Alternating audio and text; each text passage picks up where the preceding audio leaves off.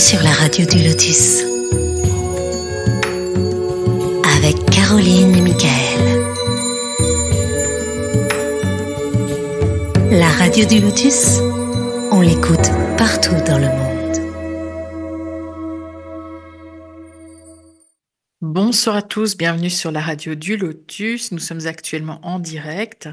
Il est 21h et je suis avec Michael. Bonsoir Michael. Bonsoir Caro et bonsoir à tous. Voilà, tout va bien. Tout va bien.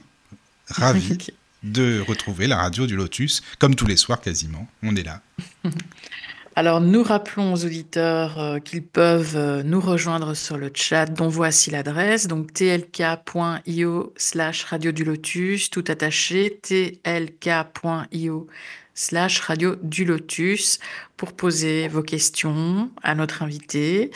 Et vous pouvez aussi passer par l'adresse email de la radio, donc contact@laradiodulotus.fr ou via l'application téléphonique que vous téléchargez si ce n'est pas encore fait, la radio du Lotus, et vous cliquez sur l'onglet Contact et vous nous envoyez vos questions, vos remarques, vos expériences et tout ce que vous voulez. En fait, un petit coucou comme vous voulez. Voilà. Et donc sur le chat, pour l'instant, on a Hélène, Fatma et Jérémy. Et donc on vous attend. Voilà. Venez nombreux. Alors, venez nombreux. Alors, notre invité ce soir est docteur en psychologie clinique, psychanalyste, conférencier et auteur de nombreux ouvrages, comme par exemple les relations fusionnelles, l'emprise affective, hypersensible et bien d'autres qui sont sortis aux éditions Erol. Et nous allons parler avec lui de haute sensibilité, d'ultra-sensibilité et aussi d'un livre Attention, cœur fragile. Notre invité ce soir est Saverio Tomasella. Bonsoir Saverio.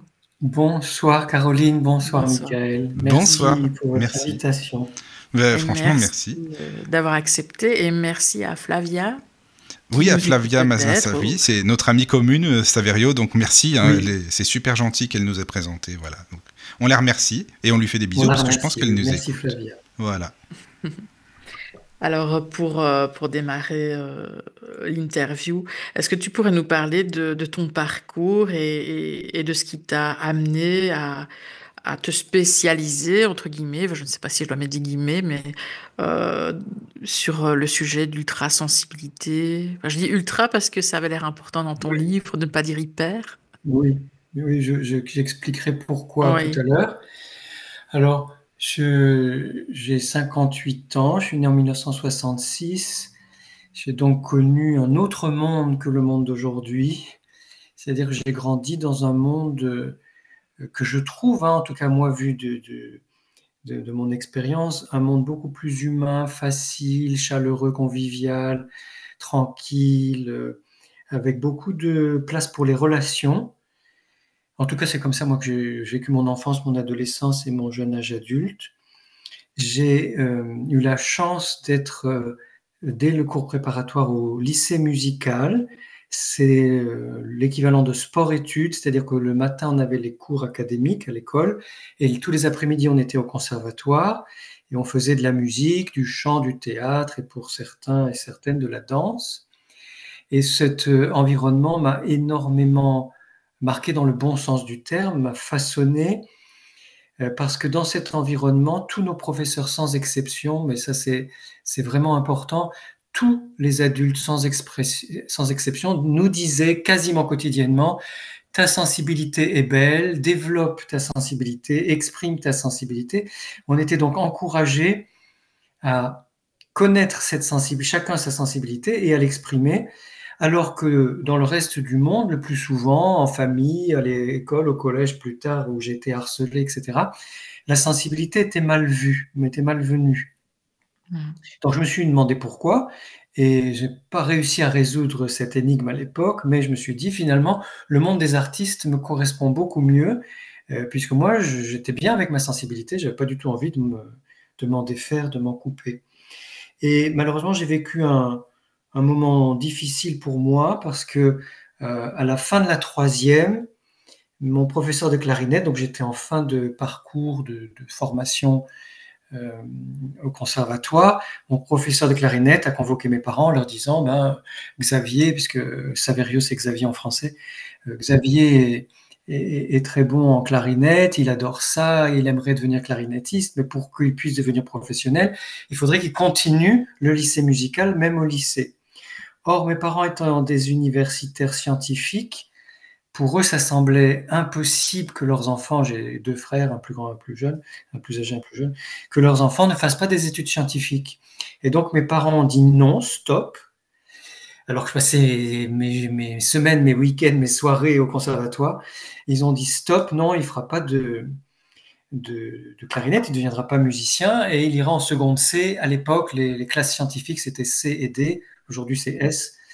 Et donc, j'ai vécu une année de déprime très forte quand j'étais en seconde, parce que oui, bien sûr, j'ai continué la clarinette pour moi, mais j'étais plus du tout dans cet environnement et je devais suivre la voie de mes parents qui n'était pas du tout la mienne. Ce qui fait que au moment de choisir mon orientation professionnelle, ça a été assez difficile. Et plus tard, je me suis dit que je voulais être le musicien de l'âme, puisque je ne pouvais pas être un musicien au sens propre. Et c'est comme ça que je suis devenu psychanalyste. Et en devenant psychanalyste, ben, j'ai continué à accorder beaucoup de place à la sensibilité de mes patientes et de mes patients. Voilà comment tout a commencé. Et effectivement, je me suis spécialisé petit à petit dans cette question de la sensibilité, mais finalement, c'est venu très naturellement. Mais tu joues toujours de la musique quand même, sinon, de temps en temps, pour ton plaisir ou celui de tes amis, pourquoi pas, par exemple? Oui, alors la clarinette, j'ai arrêté parce que c'était trop douloureux pour moi. D'accord. Donc un jour, j'ai vendu ma clarinette et j'ai arrêté. Mais je continue à jouer du piano et à chanter. Donc oui, ça, c'est pour le plaisir. Bienvenue au club, c'est bien. Ça fait plaisir. Voilà. Voilà. D'accord. Mais tu sais, tu parlais des artistes. Est-ce que tu penses que c'est parce qu'on ne comprend pas leur sensibilité? Parce que souvent, on entend la phrase « Oh là, les artistes, ils sont complètement à l'ouest et tout », alors que non, mais on ne comprend pas leur sensibilité. C'est peut-être pour ça qu'on emploie cette expression. Je pense, oui. Je pense que, en fait, les artistes sont naturels, ils sont spontanés, ils sont authentiques, sincères, donc dans une espèce d'expression naturelle de leur sensibilité. Et comme le reste de la population, dans l'ensemble, pas tout le monde, mais oui, dans bien sûr. Le reste de la population a un peu perdu l'habitude, ou même beaucoup perdu l'habitude de rester en contact avec sa sensibilité et de l'exprimer. Ces personnes-là, qui sont moins facilement en contact avec leur sensibilité, vont dire les artistes sont à l'ouest. Bon, voilà, c'est une façon de voir les choses, c'est peut-être une gêne de leur part. Mais on est quand même bridé par rapport à cette sensibilité. Déjà, tout petit avec les garçons, il ne faut pas pleurer, il ne faut pas que tu montres tes faiblesses. On est déjà formaté quand même à ne pas l'être. Si on ne tombe pas dans une famille d'artistes ou moi j'ai eu la chance de tomber dans une famille comme ça, mais si voilà, c'est assez difficile. Oui, c'est difficile, effectivement. Moi, mes frères et moi, on nous a dit ne pleure pas, tu es un garçon, n'exprime pas tes sentiments, etc. À tel point que quand j'étais jeune adulte, j'avais réussi ce tour de force de ne plus jamais pleurer et d'exprimer très peu de choses finalement. Et il m'a fallu beaucoup de temps pour reconquérir cette sensibilité et notamment l'expression des sentiments et les pleurs. Et quand j'ai eu la chance de pouvoir retrouver les larmes, j'ai sangloté pendant 20 minutes, peut-être une demi-heure, et je n'ai pas cherché à arrêter ça parce que depuis 5, 6, 7 ans, j'avais tellement réussi à ne plus pleurer que retrouver les larmes, ça a été vraiment fabuleux. Oui, je comprends. Mais comment on peut reconnaître une personne hypersensible ou ultra-sensible? Alors, déjà, je vais dire pourquoi ce choix des mots. Oui, tu as raison. Oui. Comme ça, on va s'y retrouver, on va bien comprendre exactement. Voilà. C'est vrai. En fait, il y a beaucoup de raisons qui font que le mot hypersensible ou le mot hypersensibilité ne sont pas bienvenus, même si malheureusement en France, ils ont été utilisés au début. Et donc, comme on est un peu esclave des algorithmes, comme ils étaient plus utilisés au début, les algorithmes n'ont pas voulu... Bon, ça change un peu maintenant. On retrouve haute sensibilité, ultra-sensibilité. Mais ça a été très long pour faire changer les choses. Alors, pourquoi ça n'est pas une bonne idée? La première, elle est linguistique. C'est que hyper, en grec, ça veut dire trop. Or, justement, nous, les personnes hautement sensibles, et nous représentons 30%, un peu plus de 30% de la population mondiale, le reproche qu'on va nous faire souvent, c'est d'être trop sensible. Mais c'est un reproche qui ne tient pas la route, puisqu'on ne peut pas être trop sensible. C'est comme si on reprochait à quelqu'un d'être trop vivant, d'être trop humain, d'être trop elle-même ou trop lui-même. On ne peut pas être trop sensible. Oui, c'est quoi la base par rapport à qui ou à quoi? En fin de compte, ça veut rien dire, quoi. Voilà. Donc déjà, on est gêné par ce terme qui veut dire trop, qui parle d'excès et qui est péjoratif. Alors que dans la même façon de former le mot, ultra, qui vient du latin, veut dire le plus haut degré de ou plus sensible que. Et c'est exactement la définition de la haute sensibilité. La haute sensibilité, c'est une sensibilité plus élevée que la moyenne. Or, partout ailleurs qu'en France, à l'international, on parle de haute sensibilité, de personnes hautement sensibles ou fort sensibles, très sensibles, ce qui est plus juste parce que ça montre bien que c'est la même sensibilité pour tous les humains, mais que certains, 30% de la population, sont plus sensibles que les autres. Et puis, il y a une autre raison qui fait que hypersensibilité et hypersensible sont malvenus, c'est qu'en français en tout cas, enfin dans les langues francophones en tout cas, c'est un terme médical. L'hypersensibilité, c'est une intolérance, une allergie, une irritation, toutes sortes de choses comme ça. Et sur toutes les notices de médicaments, on va avoir, sauf hypersensibilité, à l'un des composants. Or, comme tout le travail des chercheurs sur la haute sensibilité, c'est de dire attention, c'est un tempérament, ça n'est pas une maladie, ça n'appartient pas au domaine médical, on est très gêné de ce mot qui vient du monde médical parce qu'on ne veut pas qu'on confonde la haute sensibilité ou l'ultrasensibilité avec un trouble, un problème ou une maladie. Donc voilà pourquoi moi je vais dire ultrasensibilité ou haute sensibilité, mais on parle de la même chose bien sûr. Oui, c'est pareil. Merci beaucoup pour ton explication, parce que c'est vrai que c'est pas non plus terrible pour les personnes qui sont très sensibles, ultra sensibles, c'est péjoratif quand même. Oui, en plus on a la chance dans la langue française que des artistes francophones aient utilisé le mot ultrasensible pour se définir eux-mêmes dès le 19e siècle. Donc on rejoint ce qu'on se disait tout à l'heure sur les artistes qui sont plus sensibles que la moyenne. Eh bien, il y a déjà cette habitude de dire « je suis ultra sensible » pour exprimer cette sensibilité plus forte que la moyenne. Oui. Et donc les personnes ultra sensibles, c'est quand même quelque chose qui est inné, ou ça peut venir à partir de 7-8 ans par exemple? Alors, c'est le plus souvent, c'est inné ou acquis très rapidement. D'accord. Certaines études parlent d'un héritage génétique. Oui. Donc, il y aurait certains gènes qui seraient un peu différents chez les personnes hautement sensibles, des gènes notamment d'utilisation de nos neurotransmetteurs. Les neurotransmetteurs, ce sont des hormones qui permettent au cerveau et au système nerveux de bien fonctionner parce qu'ils facilitent les connexions entre les neurones. Et ces neurotransmetteurs principaux sont la sérotonine, qui est l'hormone du bien-être, et la dopamine, qui est l'hormone de la bonne humeur et de l'énergie, quand on se sent qu'on a de l'énergie pour faire les choses.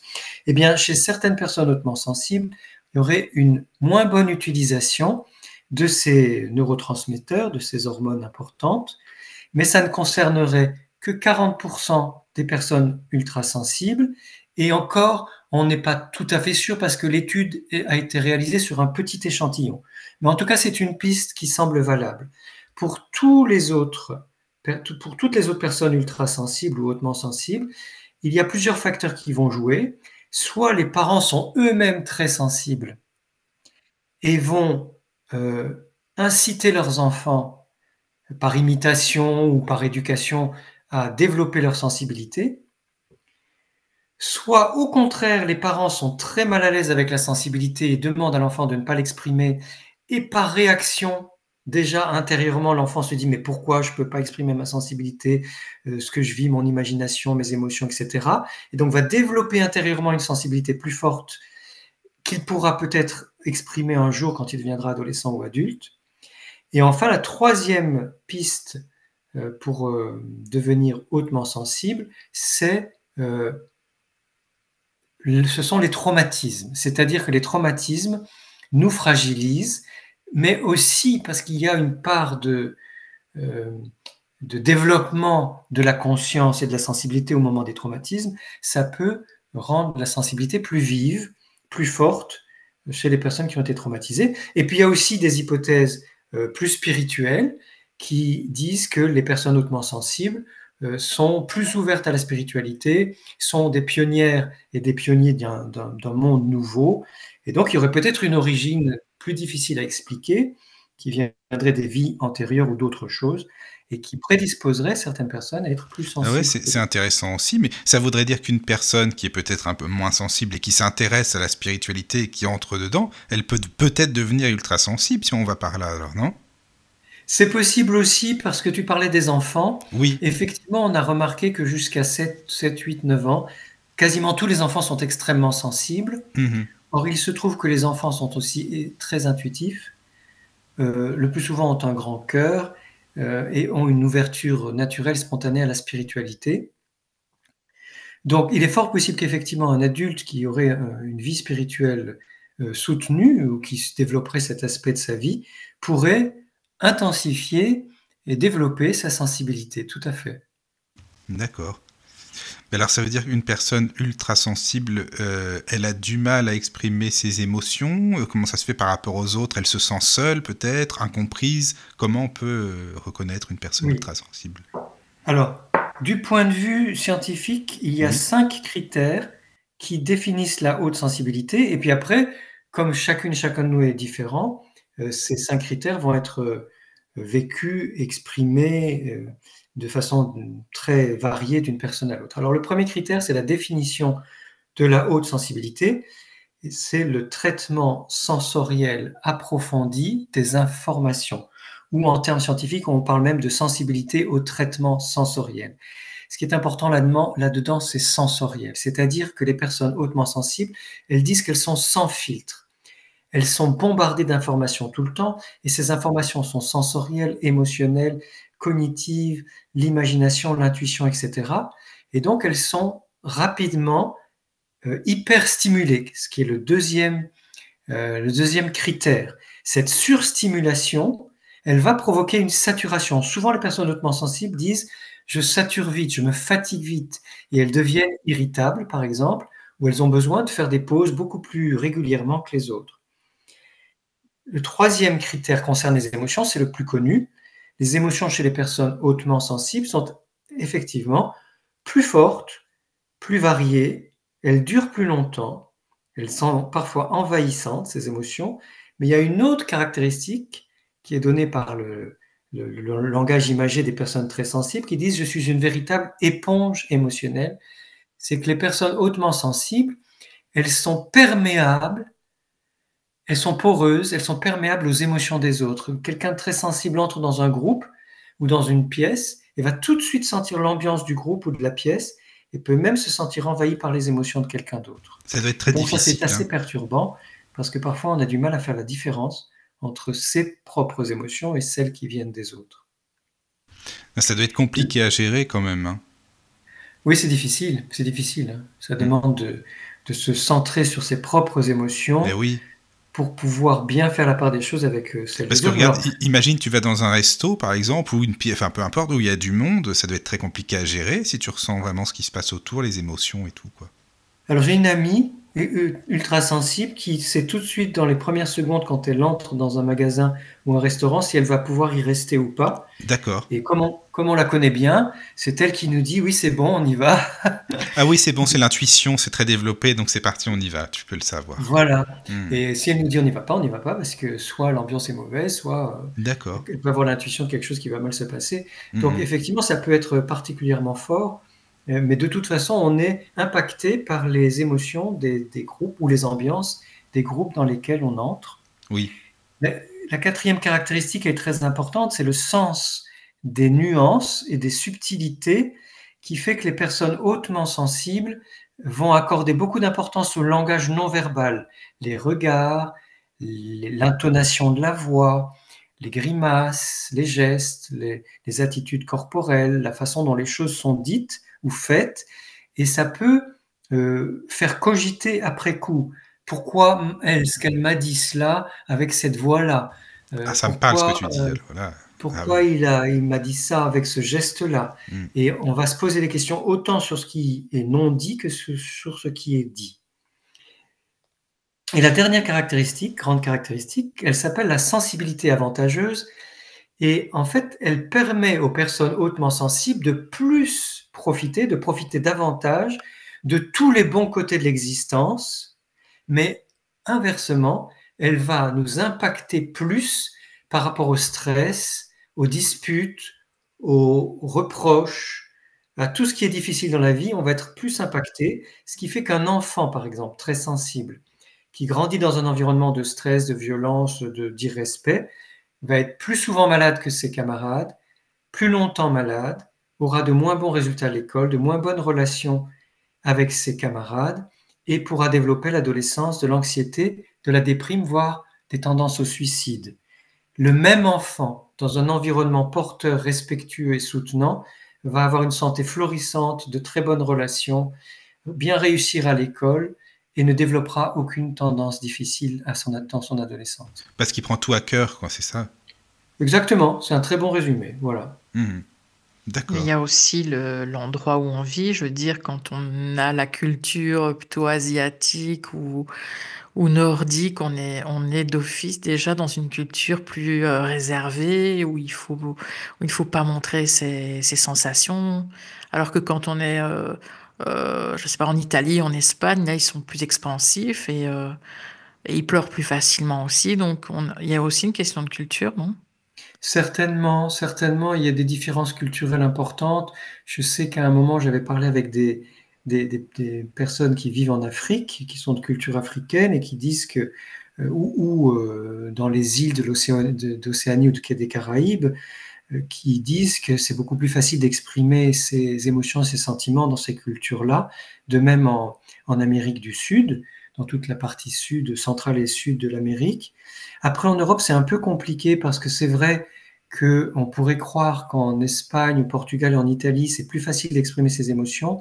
Mais pour bien connaître l'Espagne et l'Italie, puisque mon père est d'origine espagnole par sa mère et italienne par son père, en fait, certaines choses sont faciles à exprimer dans ces cultures-là, mais d'autres ne le sont pas, parce que ce sont des cultures qui ont beaucoup de tabous encore, et notamment, comme on le disait tout à l'heure, les garçons n'ont pas le droit de pleurer dans ces cultures-là.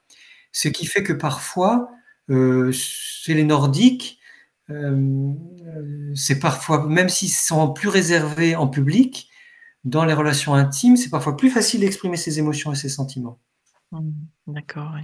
Ouais, c'est vrai. Mais après, comment ces personnes peuvent s'intégrer? Parce que ça ne doit pas être simple pour eux. Tu vois, par exemple, je me dis, imaginons ils entendent une musique. Par exemple, est-ce qu'ils peuvent imaginer des odeurs, des parfums, des je sais pas, enfin des couleurs, par exemple, hein, donc ça doit être compliqué pour eux à se faire comprendre. Enfin, je sais pas ce que tu en penses.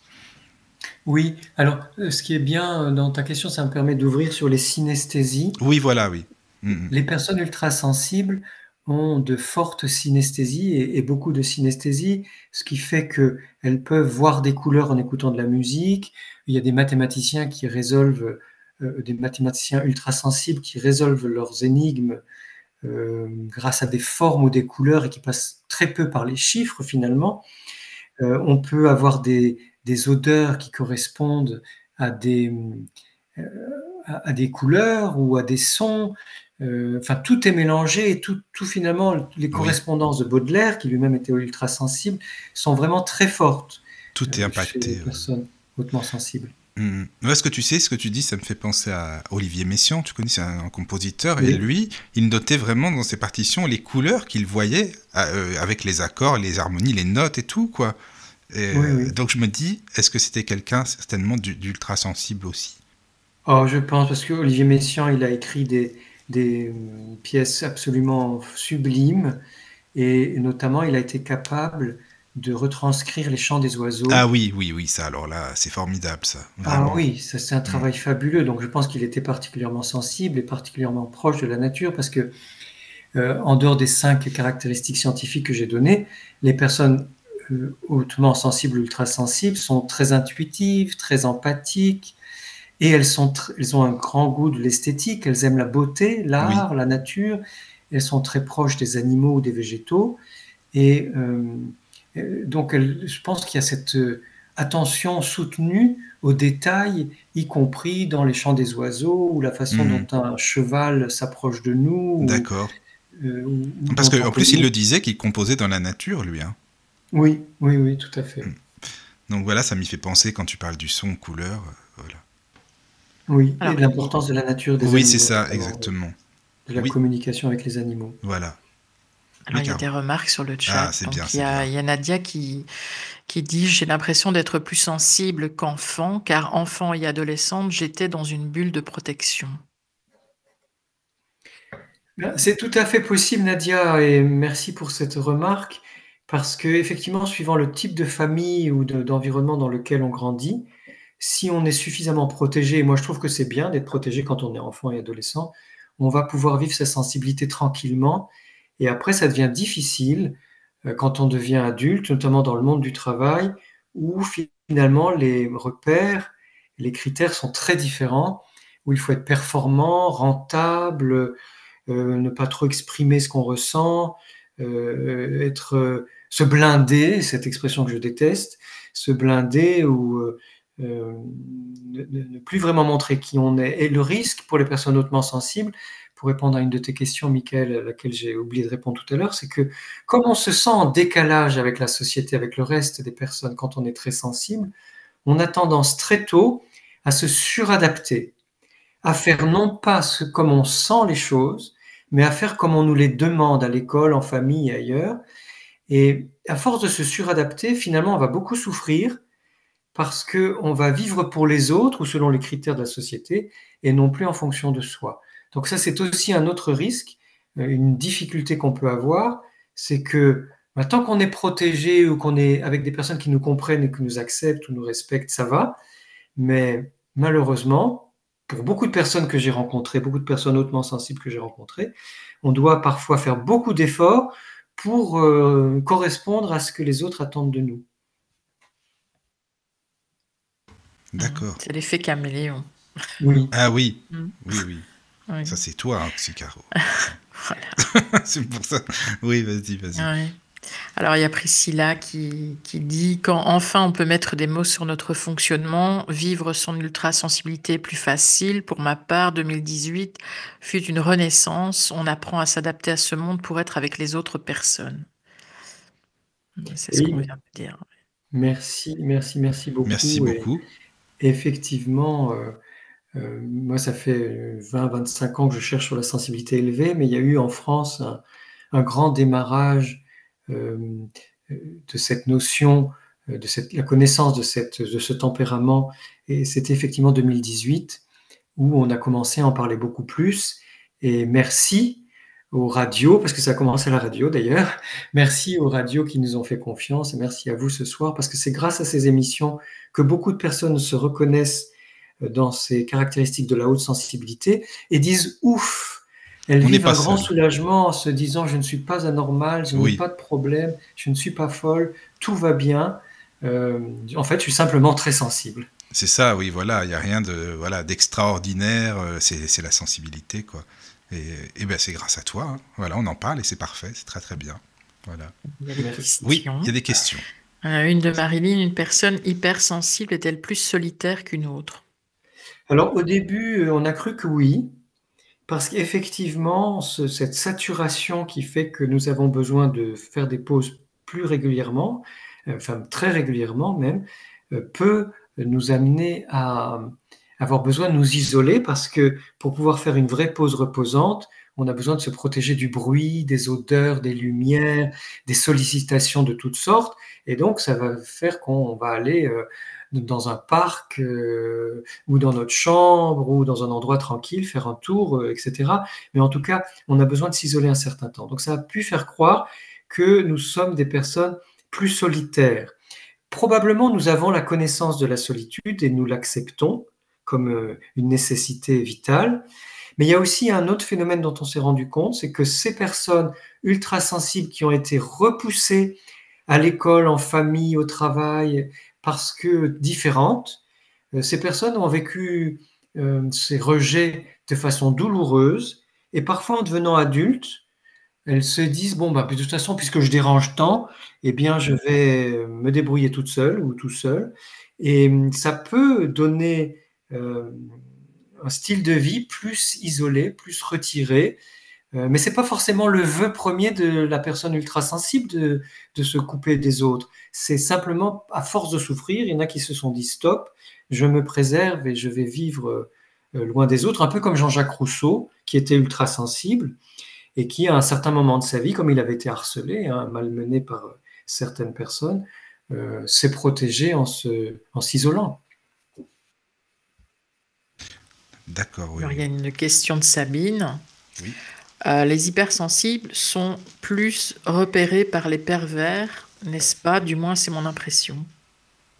Alors, essayons de vraiment dire hautement sensible ou ultra sensible ou fort sensible, Oui. parce que plus on le dira, plus les algorithmes, les moteurs de recherche vont accepter ce vocabulaire et ce sera plus facile de nous faire accepter par le reste de la population qui parfois dit encore hypersensible pour dire trop sensible. Combien de fois, moi, j'entends des parents venir en disant « Oh, mon enfant est insupportable, il ou elle est hypersensible. » Eh ben non, c'est pas un défaut, c'est juste une caractéristique, un tempérament. Bon, mais pour répondre à la question, c'est vrai que pendant un moment, on a cru que les personnes très sensibles, les personnes hautement sensibles étaient plus facilement la cible des personnes manipulatrices ou perverses ou sociopathiques, suivant les appellations, parce qu'il y a différents types d'appellations.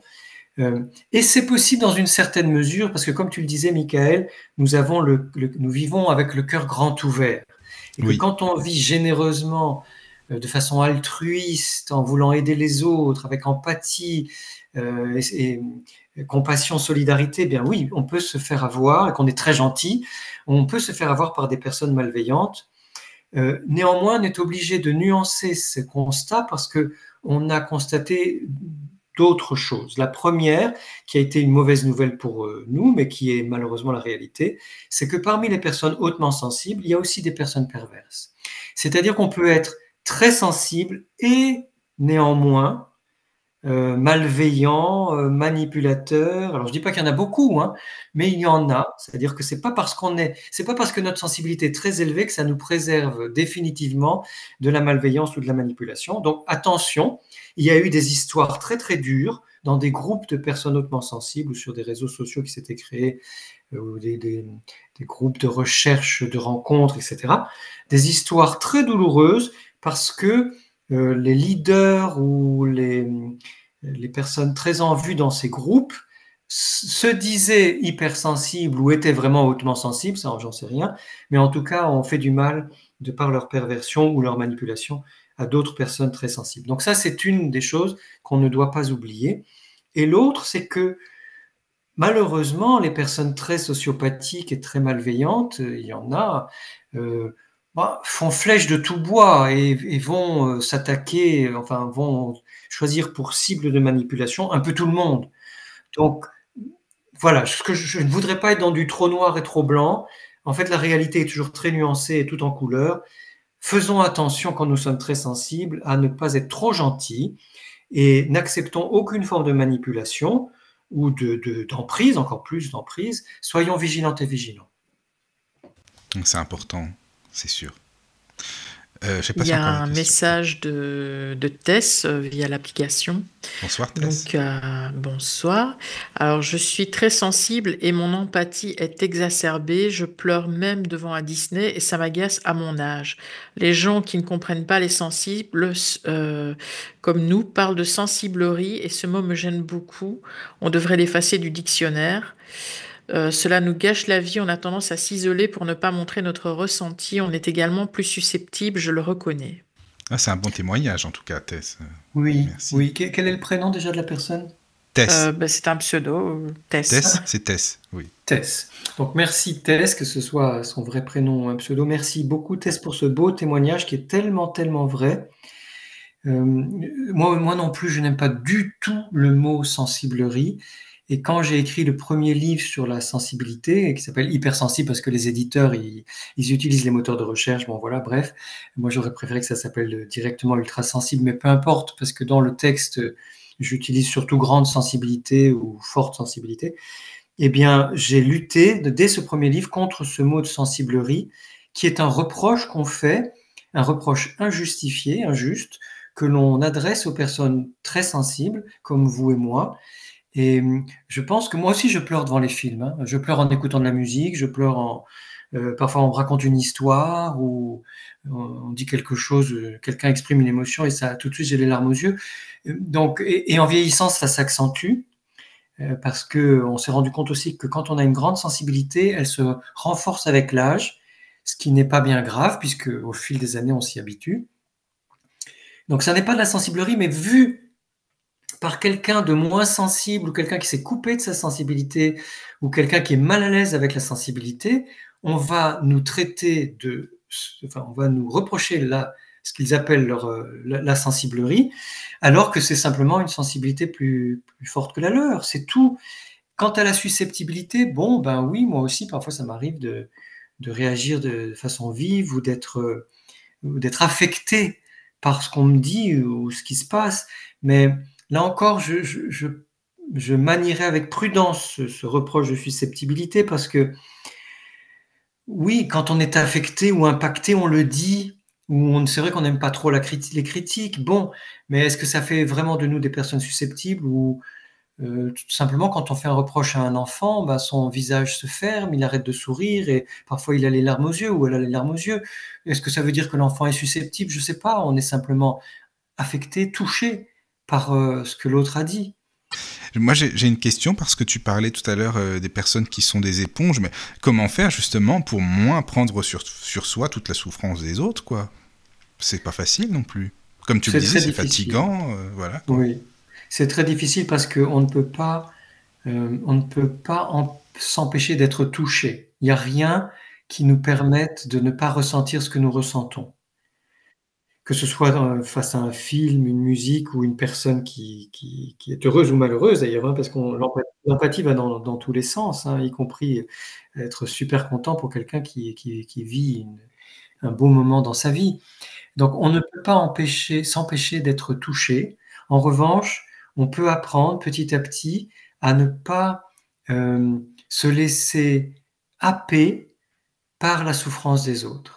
C'est-à-dire, oui, je repère que telle personne de mon entourage ou dans la rue, parce que ça peut être des SDF ou voilà, peu importe, hein, telle personne souffre et ça me fait mal au cœur, ça me fait mal au ventre, ça m'attriste, mais je peux aller parler à cette personne, lui donner un peu d'argent ou un peu de nourriture ou avoir un geste de compassion et de chaleur, mais je ne suis pas tenu de prendre en charge la souffrance de cette personne. C'est son histoire de vie à elle, c'est son apprentissage d'âme. Donc, c'est important de faire une différence entre ce que je ressens, d'accord, je suis touché, et ce que je fais. C'est-à-dire, je ne suis pas obligé de devenir sauveuse ou sauveur de l'humanité entière. Puis de toute façon, on ne peut pas sauver tout le monde hein, non plus. Hein. Non, non. Ça, c'est pas possible, mais bon. Il y a pas mal de réactions. Il y a pas mal de réactions. Dis donc, t'as bien fait de venir, Saverio. Tu vois, il y a du monde. Hein. Il y a du monde. C'est bien, c'est bien. Voilà. Alors, il y a Nadia qui dit « J'ai l'impression qu'on devient de plus en plus sensible avec l'âge et le stress. Et j'ai un compas dans l'œil, par exemple, si un tableau penche d'1 millimètre, c'est criant. Beaucoup de choses sont criantes, en fait, comme si c'était lié à un état d'alerte. Qu'en pensez-vous? On dirait aussi un truc maniaque. 1 millimètre, ça devrait passer. » Mort de rire.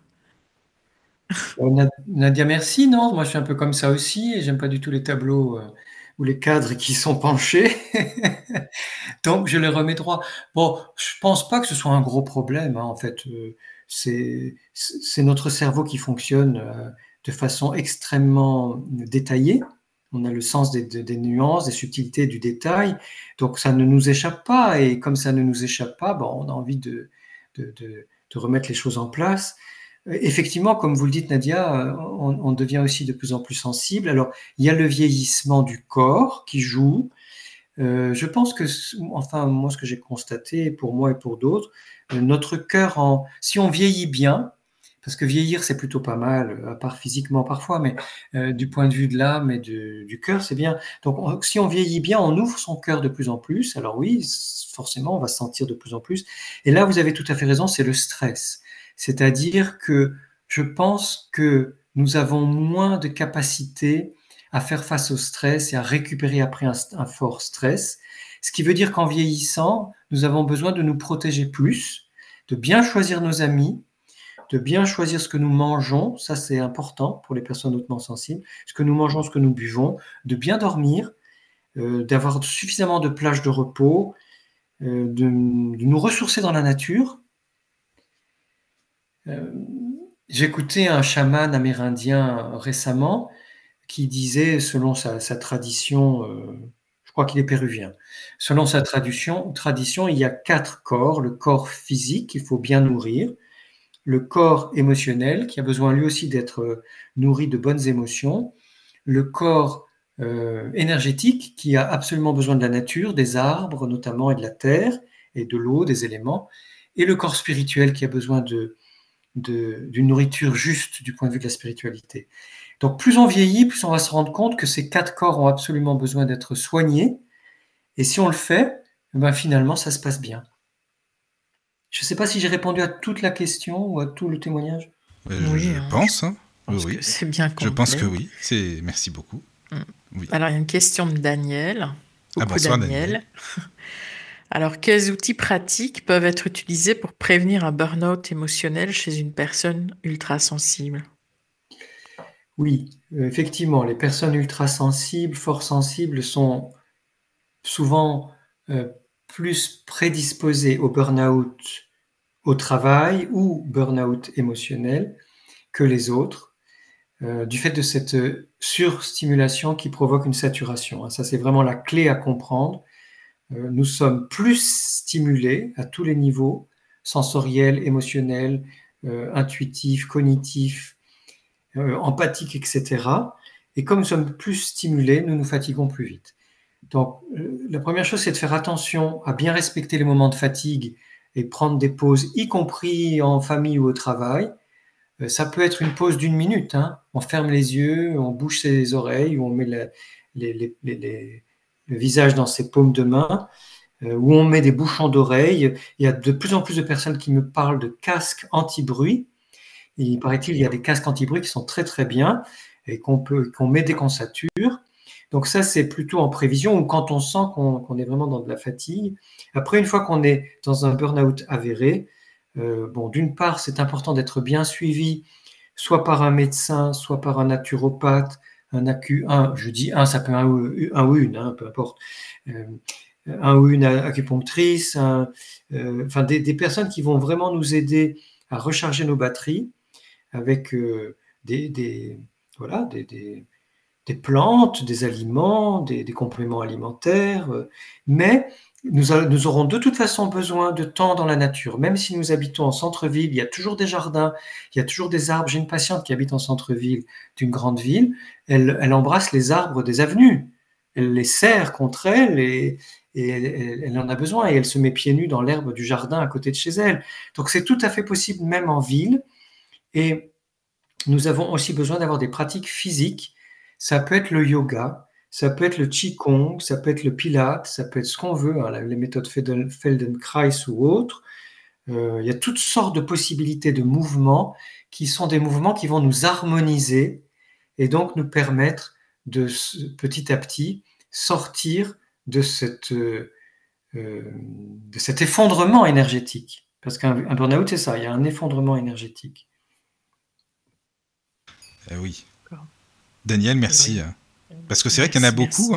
Il y en a beaucoup qui font des burn-out en ce moment. Alors, est-ce que ça voudrait dire qu'il y a de plus en plus de personnes ultra sensibles ou quoi? Je ne sais pas. Alors, on s'est posé la question et la réponse serait plutôt non, même si ça, pour l'instant, ça fait qu'une trentaine d'années qu'on cherche sur ce thème. Donc, on en est au balbutiement et la recherche va continuer à nous apprendre des choses. Mais on pense plutôt non, c'est-à-dire que ce pourcentage, autour de 30%, semble assez stable dans le temps et il existe aussi chez les animaux, en tout cas chez les mammifères. Donc, c'est plutôt que comme on parle de la haute sensibilité, de plus en plus de personnes découvrent cette sensibilité élevée. Mais il y a un autre phénomène, c'est que sur lequel Hélène Aron, donc la pionnière américaine qui cherche sur la haute sensibilité depuis 1996, c'est elle qui nous a fait prendre conscience de ça, c'est qu'il s'agit de la même sensibilité humaine. Quand on est hautement sensible, c'est la même sensibilité plus forte. Ce qui veut dire que plus on parle de haute sensibilité, plus les personnes qui ne sont pas directement hautement sensibles ou ultra-sensibles, mais tout simplement sensibles comme les êtres humains, prennent conscience de leur propre sensibilité. Et une sensibilité moyenne peut être exacerbée dans un moment de fatigue, dans un moment de stress, au moment du syndrome prémenstruel pour les femmes, la grossesse, la ménopause, ou après un choc. Ce qui veut dire qu'il y a beaucoup de personnes qui vont se reconnaître dans tout ce qu'on dit, parce qu'à certains moments de leur vie ou dans cette période-là, elles font face, par exemple, à un gros stress au travail, en famille ou ailleurs. Et c'est valable pour elles aussi. Donc, ces personnes, elles vont peut-être se reconnaître comme étant ultra sensibles, même si, au fond, elles ne le sont pas par rapport à la définition scientifique, mais quelle importance, en fait. Ce qui compte, c'est de pouvoir parler de haute sensibilité, même si c'est périodique, même si c'est à certains moments de la vie, et de pouvoir mieux vivre cette sensibilité, notamment en se protégeant par rapport au burn-out, parce que ça, oui, le nombre de burn-out est en augmentation à cause de cette pression au travail, de cette pression sociale et de ce stress depuis 2019, la pandémie, les guerres, les crises énergétiques, l'inflation, tout ça, ça nous déstabilise et ça nous met à mal. Ah oui, oui, il y a tellement de changements, c'est vrai, tu as raison, ça c'est sûr qu'on ne sait pas trop comment faire finalement, comment prendre les choses, évidemment, déjà que c'est pas facile. Donc voilà, oui, oui, je suis d'accord. C'est pas facile, je pense, pendant Oui. cette période de chaos. Je suis convaincu, moi, que nous apprenons beaucoup, nos âmes apprennent beaucoup, même Oui. si nos corps sont fatigués, hein, mais nos âmes apprennent beaucoup pendant cette période de chaos, et qu'après, finalement, nous aurons à notre disposition des ressources profondes que nous saurons aller chercher seuls et avec d'autres, parce que c'est très important aussi de chercher ces ressources avec d'autres, par exemple en parlant ce soir, en sachant qu'on n'est pas seul dans ces situations-là. Et moi, je suis vraiment un fervent défenseur de la solidarité, du partage, de la convivialité. Plus nous sommes sensibles, plus nous avons besoin de développer des relations fiables, des relations d'amour, on va dire au sens le plus large de l'amour, ça peut être l'amitié, des relations fiables avec des personnes très sensibles. Et c'est comme ça qu'on avancera et qu'on fera avancer le monde aussi. Hein. Oui, exactement. Merci pour tes réponses. Ah, franchement, c'est très très clair, tu expliques, mais hyper bien, c'est accessible à tous. Donc, franchement, je te remercie beaucoup, hein, Saverio, vraiment. Merci à vous. Alors, est-ce qu'il y a d'autres questions ? Une question par rapport à l'épilepsie, mais pas les grandes crises, les petites crises un peu avec perte de connaissance. Est-ce que c'est dû à une plus haute sensibilité ? Alors, je ne suis pas un spécialiste de l'épilepsie, qui est vraiment une pathologie très particulière dans le monde de la psychiatrie. Ce que je sais, c'est que l'épilepsie au sens propre, il y a donc le haut mal, ce qu'on appelle le haut mal, il y a des collègues psychanalystes qui ont fait des liens avec des traumatismes transgénérationnels. C'est des psychiatres, psychanalystes qui ont beaucoup étudié l'épilepsie et qui se sont rendus compte que dans la généalogie de personnes qui souffrent de ce haut mal, il y a eu des traumatismes très forts qui souvent étaient secrets ou qui n'ont pas été résolus. Donc, si je dis ça, c'est pas tellement par rapport à la haute sensibilité, mais c'est pour donner confiance aux personnes qui nous écoutent, si elles en connaissent autour d'elles. Voilà, on peut parfois se libérer d'un traitement médicamenteux grâce à une recherche sur sa généalogie. Pour ce qui est des formes plus légères d'épilepsie, qui sont parfois pas vraiment de l'épilepsie, oui, ça peut être lié à une forte sensibilité. Moi-même, je m'évanouis facilement. Alors, surtout quand j'étais enfant, adolescent et jeune homme, un peu moins maintenant, mais jamais les médecins n'ont parlé d'épilepsie me concernant, mais en tout cas, je peux avoir des malaises vagos, m'évanouir facilement, et ça vient effectivement de cette haute sensibilité, parce qu'on est très impacté. très affecté par certaines choses. Ça peut être une prise de sang, ça peut être quelqu'un qui parle d'un accident ou d'une opération ou autre chose, une fatigue, une émotion forte, un film qui, voilà, où il y a une scène de violence ou au contraire, voilà, et notre corps va réagir très fort parce que notre sensibilité, elle est incarnée. Pendant ce passage sur Terre, notre sensibilité est incarnée. Donc, il n'y a rien de grave à ça, c'est impressionnant. Et oui, la plupart du temps, c'est lié à notre forte sensibilité. D'accord, merci beaucoup. Merci. Alors, il y a une question de Steph. Il y a beaucoup de questions sur le chat. L'attaque de personnes ultra-sensibles par d'autres n'est-il pas l'expression héritée des temps préhistoriques où la survie était comprise par la rudesse, considérant l'ultra-sensibilité comme une faiblesse? Ma question n'est-elle pas aussi potentiellement une vision stéréotypée de la préhistoire, car que sait-on d'ailleurs de la réalité vécue par les hypersensibles à la préhistoire? Oui, c'est Voilà. Oui. très intéressant. C'est très intéressant parce que ça met les choses en perspective. Alors, je vais donner plusieurs repères. Je n'ai pas de réponse définitive, loin de là. D'ailleurs, aucune de mes réponses n'est définitive, mais là encore moins. Mais je vais donner quelques repères parce que c'est intéressant. Premier repère, c'est Arrêté de Cappadoce, un médecin grec du IIIe siècle après Jésus-Christ, et le médecin qui a créé les premiers hôpitaux, qui a repéré une constitution qu'il appelait délicate ou sensible et qui correspond à ce qu'on appelle aujourd'hui la haute sensibilité ou l'ultrasensibilité.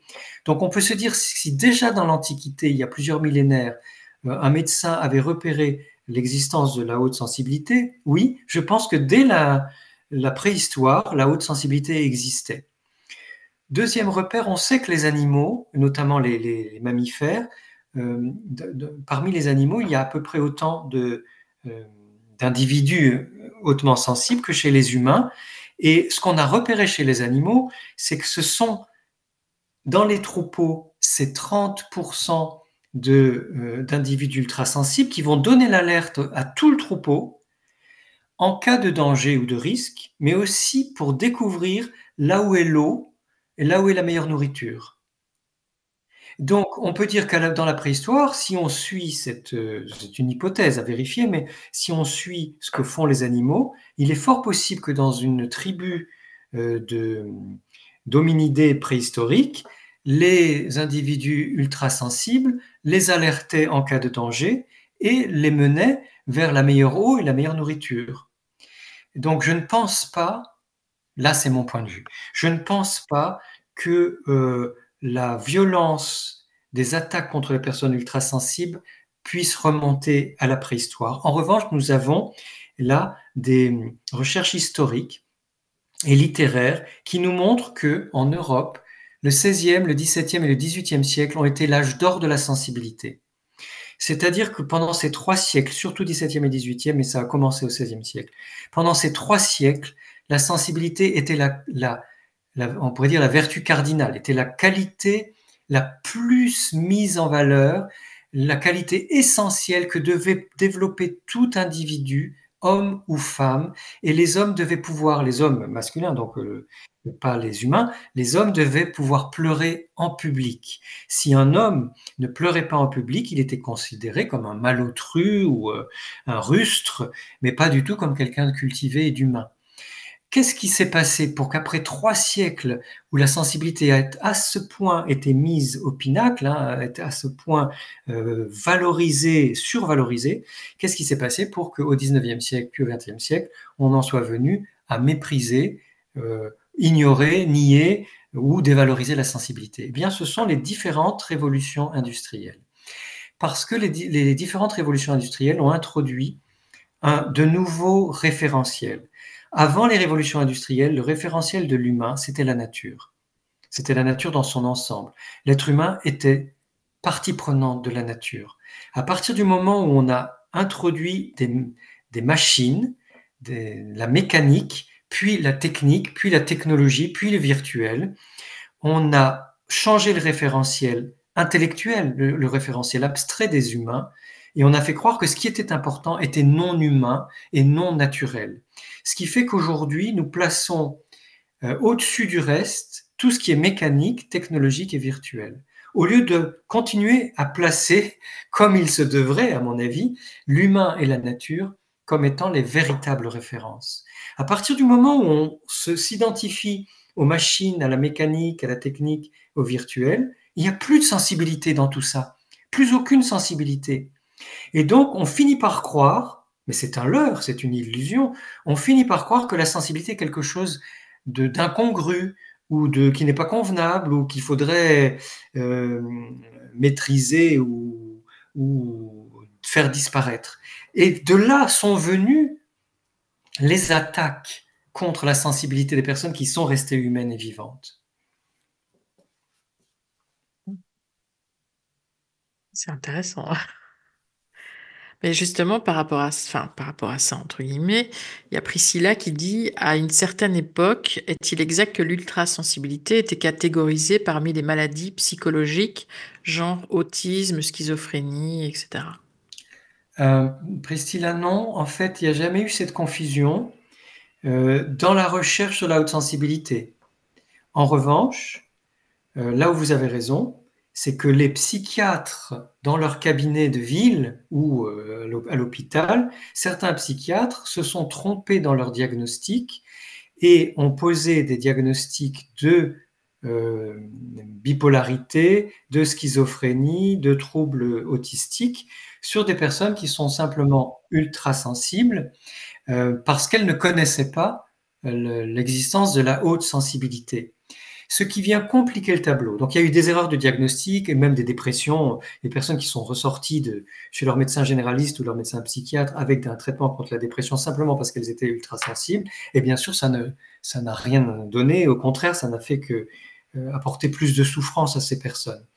Là où c'est un peu compliqué aujourd'hui, c'est qu'on reconnaît que dans le trouble de l'attention, le trouble de déficit de l'attention avec ou sans hyperactivité, dans les troubles du spectre autistique, dans la dépression et la schizophrénie, il peut y avoir à certains moments des formes de haute sensibilité où là, on va dire, parce que c'est le terme médical, des formes d'hypersensibilité, mais ces personnes qui ont une sensibilité exacerbée dans certains domaines n'ont pas les autres caractéristiques de la haute sensibilité et peuvent même être hyposensibles le reste du temps.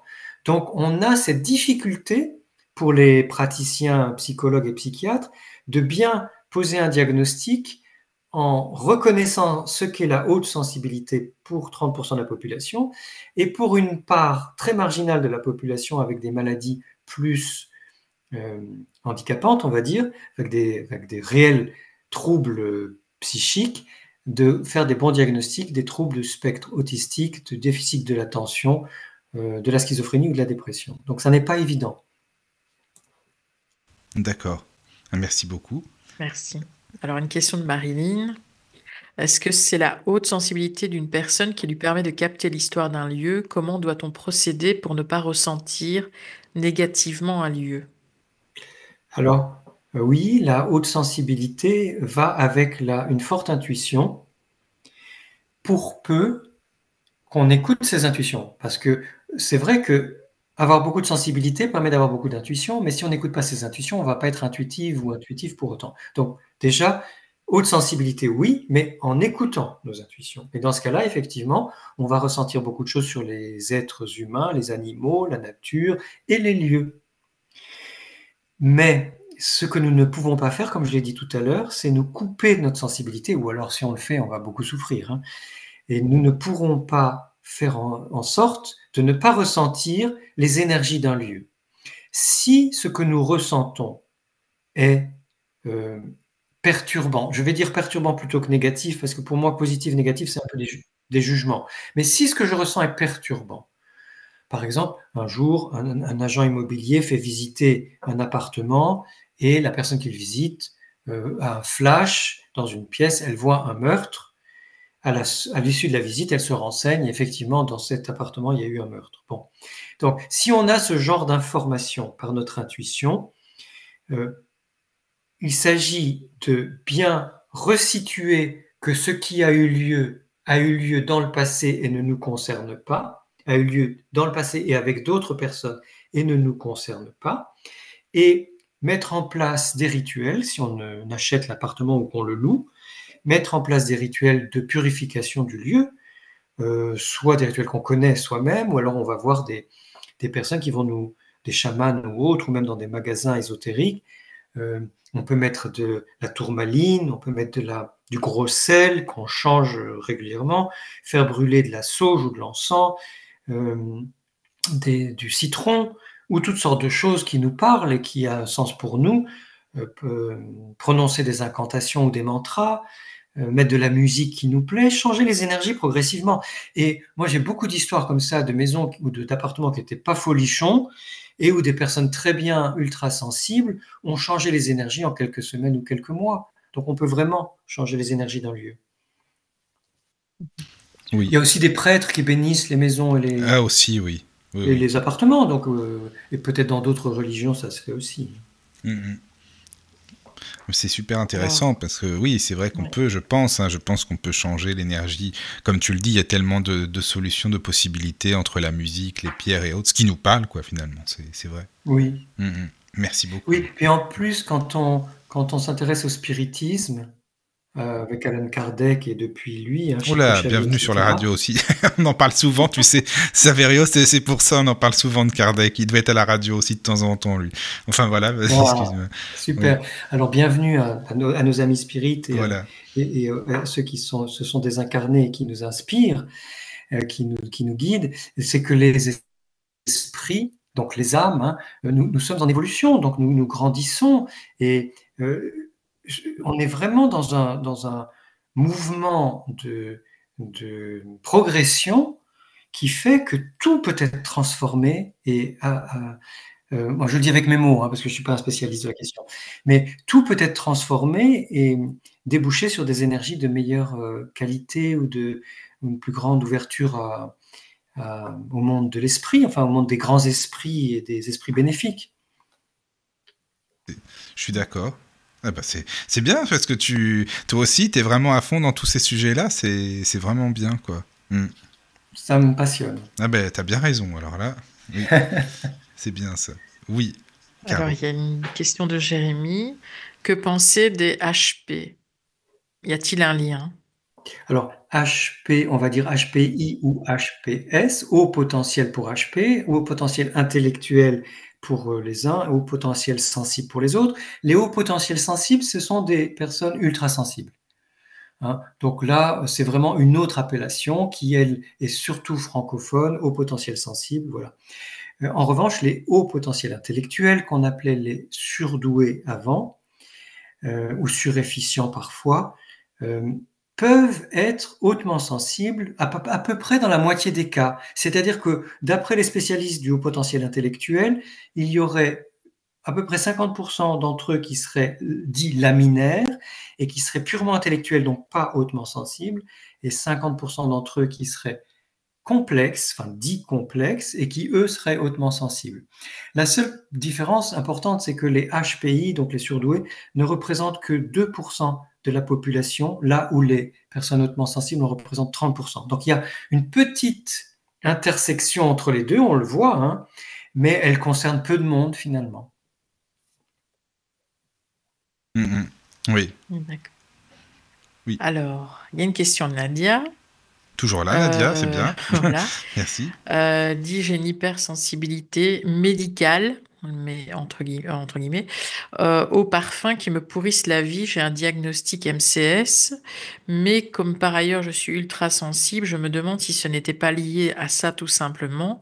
Dans la nature, je n'ai aucun souci, c'est juste la pollution en fait qui me fait surréagir. Qu'en pensez-vous? Oui, alors là c'est bien, merci Nadia d'employer les deux mots parce qu'ils existent, dans le domaine médical, hypersensibilité au parfum, comme on peut être hypersensible au gluten, intolérant au gluten, ou hypersensible à une substance chimique.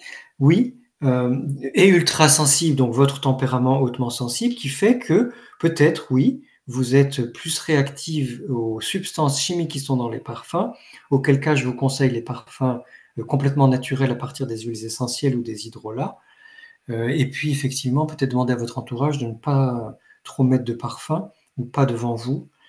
Donc ça peut être lié, bien sûr, bien sûr. Merci pour Nadia.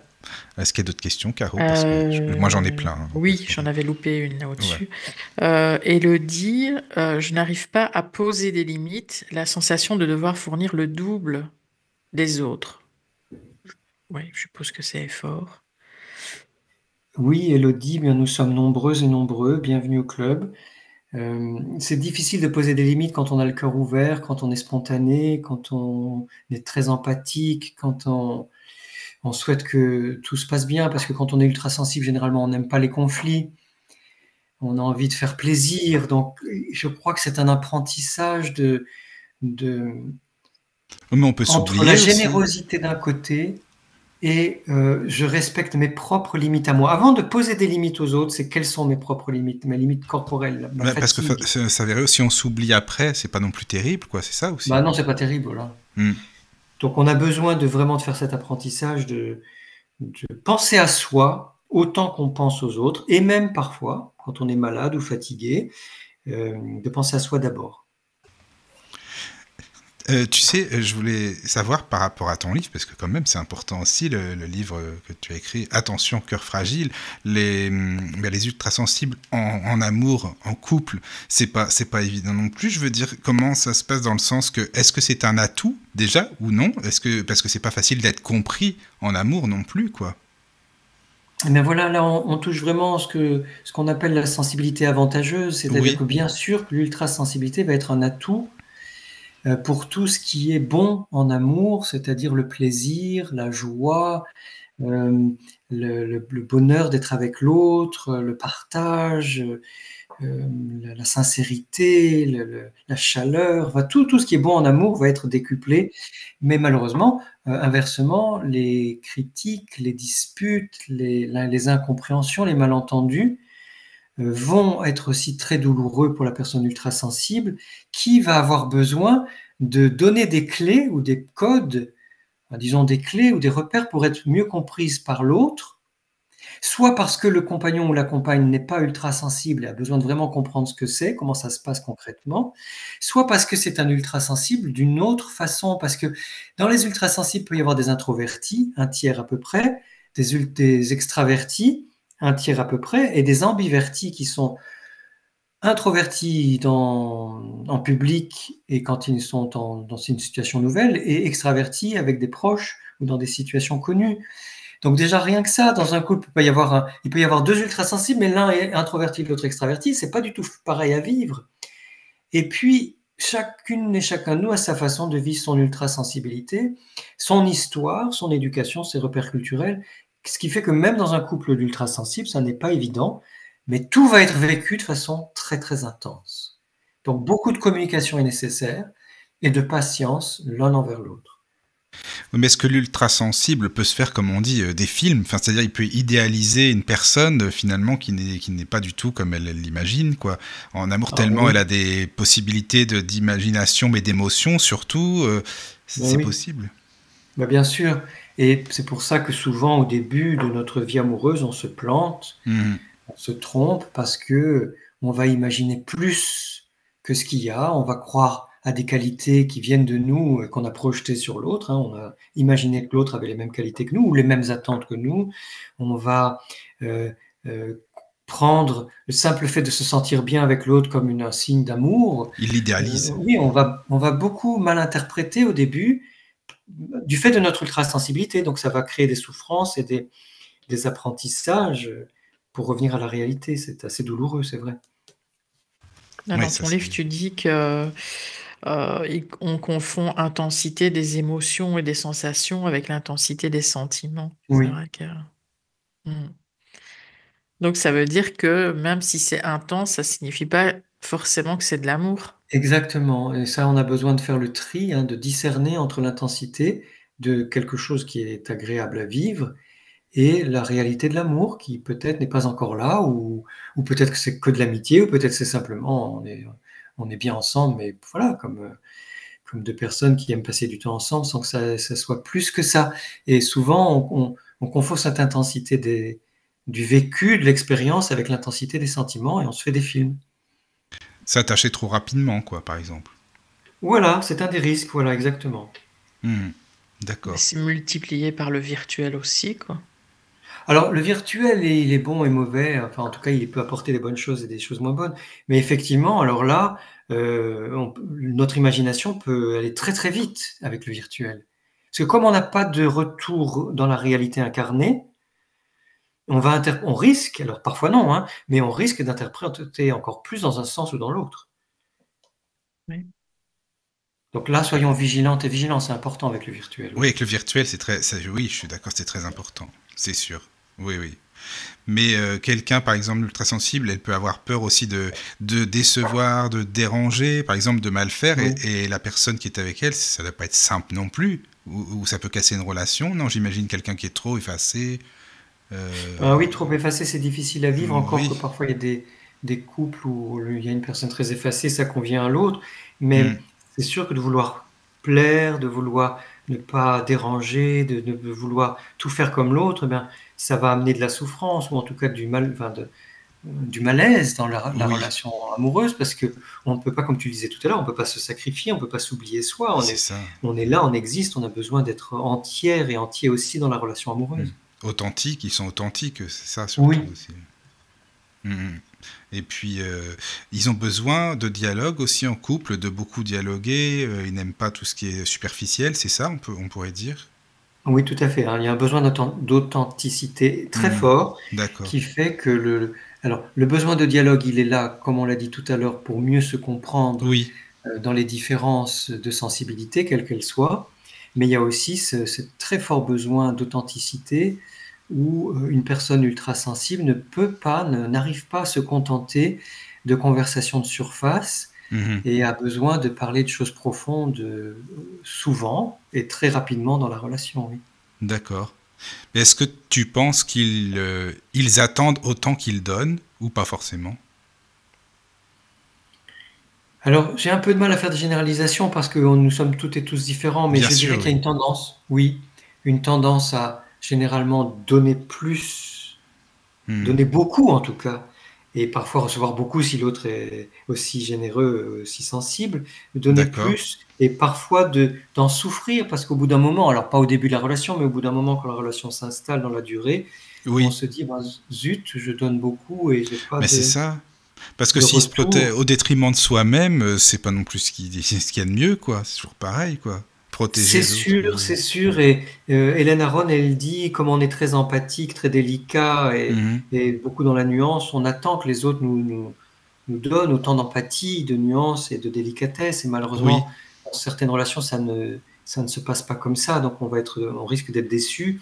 Et Mhm. on a parfois, si on tient beaucoup à cette relation-là, on a parfois besoin d'accepter que l'autre Oui. ne peut pas nous donner autant de délicatesse, d'empathie et, et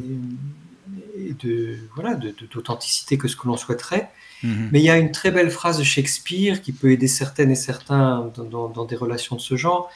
Shakespeare dit, alors de mémoire, euh, en amour, il y en a toujours un qui aime plus que l'autre. Laisse-moi être celui qui aime le plus.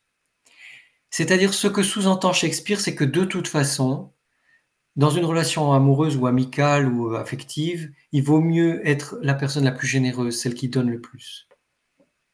Oui. Oui, oui. Bah, c'est quand même pas plus mal, c'est sûr. Oui, je pense aussi. Parce que si c'est pour se sentir seul dans son couple, bon, ça n'a pas d'intérêt, quoi. Oui, mais là c'est peut-être, oui bien sûr, hein, Mm. et dans ce cas-là Mais il là, vaut c'est pour tout mieux le monde, de toute façon. Ouais. arrêter la relation Oui, c'est ça, quoi. et trouver quelqu'un d'autre, Mm, mm, mm. bien Oui, sûr. oui.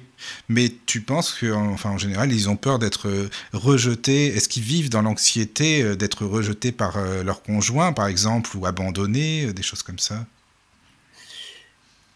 Non, ça je pense que ça dépend vraiment beaucoup de l'histoire de la personne, de sa D'accord. relation avec ses parents, de la Mhm. confiance qu'elle a en elle, de la confiance qu'elle a dans ses relations. Il y a des personnes ultra sensibles qui sont vraiment très très confiantes et qui n'ont pas peur d'être abandonnées ou rejetées. Mais ça dépend beaucoup de ce qu'on a vécu avant, hein. Oui, oui, ça dépend de notre histoire, ouais, c'est ça. Oui. Hmm. D'accord. Oui, oui. Alors, Euh, ouais, Caro, s'il y a des questions, oui. n'hésite pas, hein. Bah, Vas-y, oui. dans ton livre, tu fais enfin, des classifications. Tu parles des délicats réservés, des fonceurs charismatiques, des tourmentés découragés. c'est ça? Tu peux expliquer? Oui, en fait, ça n'est pas à prendre au pied de la lettre, mais ce que je voulais Mmh. dire, c'est que, la grande famille des personnes ultrasensibles, ça n'est pas une famille de clones. Cette grande communauté des personnes ultrasensibles, c'est une communauté de personnes singulières, différentes, qui vivent leur haute sensibilité à leur façon.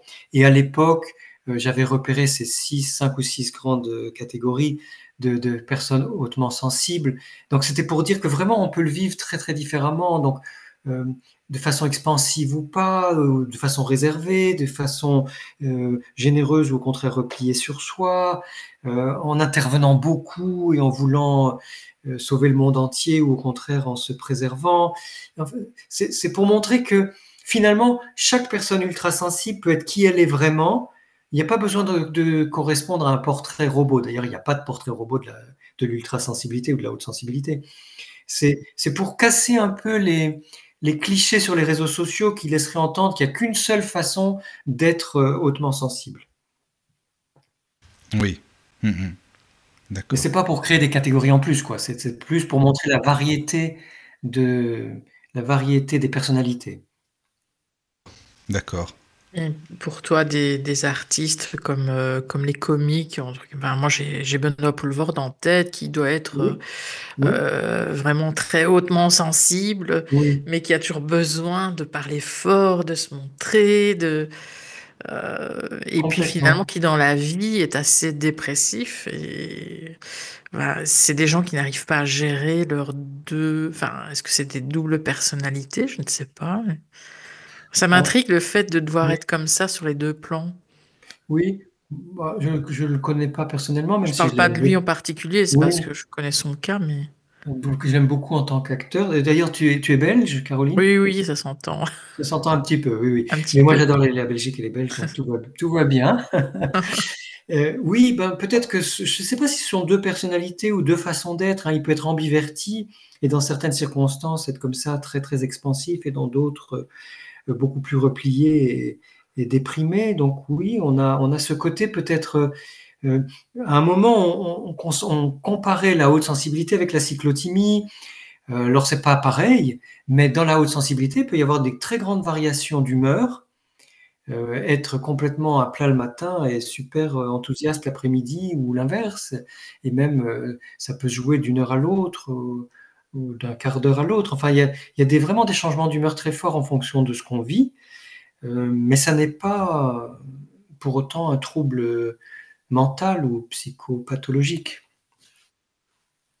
Parce qu'on dirait vite que c'est de la bipolarité ou autre, mais non. Non, non, pas forcément, non, non. Mhm. D'accord.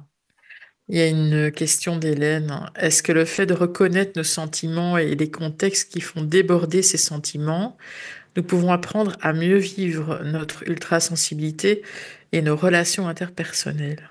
Oui, tout à fait, merci beaucoup. C'est exactement ça. C'est-à-dire que la première étape, c'est de reconnaître qu'on a une sensibilité élevée.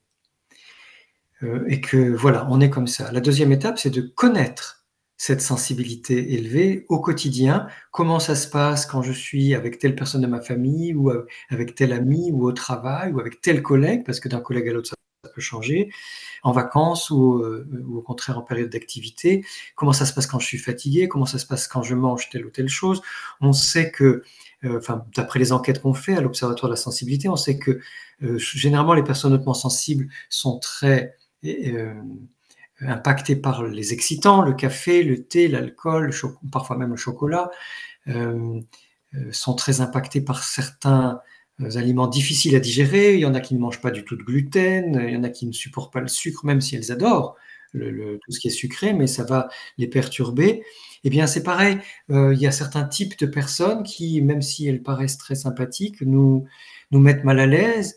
Et donc, plus je connais ma sensibilité dans chacune de ces situations de vie, plus je vais pouvoir ajuster euh, ma présence ou mon action ou ma parole avec ces personnes ou dans ces situations en me disant, bon, ben là, avec ce type de personne, d'accord, je vais y être, mais pas trop longtemps. Ou alors, si j'ai envie de manger un bon gueuleton, de participer à un festin, je fais plutôt en vacances qu'un jour de travail, parce que je sais que sinon l'après-midi, je vais me sentir très mal. Pareil pour boire du café ou du vin ou du thé. C'est de bien se connaître pour pouvoir faire au mieux pour soi en fonction des circonstances. C'est important. Mais en général, les ultrasensibles ont besoin de constance. Enfin, c'est ce que tu expliques, de constance, de respect, je veux dire, respect des engagements. Si on a un engagement envers eux, c'est très important pour eux, c'est ça? Alors, oui, c'est ce qu'on a découvert dans nos enquêtes. Oui. Les personnes ultrasensibles en amour sont accordent beaucoup d'importance à l'engagement. Mm-hmm. Réciproque, hein, l'engagement Oui, bien mutuel sûr. dans la relation, Oui. donc à la constance, à ce qu'on pourrait appeler la fidélité, même si ce mot n'est plus du tout à la mode. Donc ça, c'est important. Et il y a des exceptions, c'est-à-dire que moi, j'ai rencontré des personnes hautement sensibles qui disaient « Bon, bah, moi, non, je suis plutôt pour le polyamour, ou j'ai besoin de changer de partenaire. » Donc, encore une fois, oui, il y a des tendances de fond qui vont plutôt vers l'engagement, la constance, la durée. Et puis, tout de même, des personnes hautement sensibles qui sont différentes. Ils vivent leurs émotions différemment, même si c'est très puissant, c'est très fort, quoi, finalement. Voilà, exactement. D'accord. Il y a une question de Nadia. Oui. Alors, la haute sensibilité touche 30% de la population. Comment as-tu obtenu ce chiffre? Je n'ai pas l'impression qu'il y en ait autant. Alors, l'histoire des chiffres. Hélène Aron, en 1995, fait une première étude, quand elle repère l'existence de ce tempérament, à partir d'elle, fait une première enquête auprès de 3 personnes en Californie. Donc, elle trouve à peu près 20% de la population, et par prudence, elle dit 15 à 20% de la population, puisque son échantillon est petit, et c'est surtout un échantillon très restreint, puisque c'est uniquement la Californie. Donc voilà, on a commencé en 1996 avec son premier livre à dire 15 à 20% de la population. Puis moi, en France et en francophonie, parce que bon, j'ai beaucoup, je suis allé en Belgique, en Suisse autant qu'en France, et puis après j'étais en contact avec des personnes au Québec, et puis en Afrique francophone, etc. Je me suis rendu compte qu'il y en avait plus. Et donc, j'ai proposé le chiffre de 25% pendant longtemps, et je tenais à ce chiffre parce qu'il me semblait plus correspondre à la réalité. Puis un jour, en 2018, on a eu le résultat de 2 grandes études internationales, donc là, avec une dizaine de chercheurs à chaque fois, sur un échantillon de 900 personnes, ce qui est un gros échantillon pour des études, sur les 5 continents. La première étude sur les enfants de 11 à 15 ans, les grands enfants et préadolescents de 11 à 15 ans, et deuxième étude sur des adultes de plus de 18 ans. Et ces 2 études, qui ont donc été menées à l'international, donnent le chiffre de 31% de personnes hautement sensibles, qu'on appelle aussi orchidées, dans le monde. Donc, évidemment, peut-être qu'il y aura d'autres études qui donneront d'autres chiffres, mais je pense que ces 2 études sont fiables, et on peut se dire qu'il y a à peu près, donc on n'est jamais sûr du chiffre exact, hein, mais à peu près 30% de la population qui est hautement sensible. Maintenant, si on ne le voit pas, c'est qu'une grande partie de ces personnes ne le savent pas encore, et on s'est rendu compte que la plupart des personnes qui reconnaissent et acceptent leur haute sensibilité sont des femmes. C'est-à-dire qu'il y a très peu d'hommes qui vont dire « je suis ultra-sensible ». Ce qui fait que déjà sur les 30%, on n'a que 15% à peu près des personnes qui vont le dire. Parce que, bon, il y a des hommes qui le disent évidemment, qui le reconnaissent, mais le plus souvent, c'est difficile encore dans nos cultures pour un homme de dire « je suis ultra-sensible ». C'est déjà difficile de dire « je suis sensible », alors à plus forte raison, je suis ultra-sensible. Voilà pourquoi on n'a pas l'impression qu'il y a 30% de personnes hautement sensibles autour de nous. Et pourtant, dans les classes d'enfants et d'adolescents, on reconnaît vraiment qu'un tiers de la classe est hautement sensible. D'accord. Et ça n'a rien à voir avec ce que l'on appelle, tu sais, maintenant, les enfants cristal, indigo, enfin, c'est des appellations, hein. Mais toi, qu'est-ce que tu en penses de ça? Je crois que c'est lié.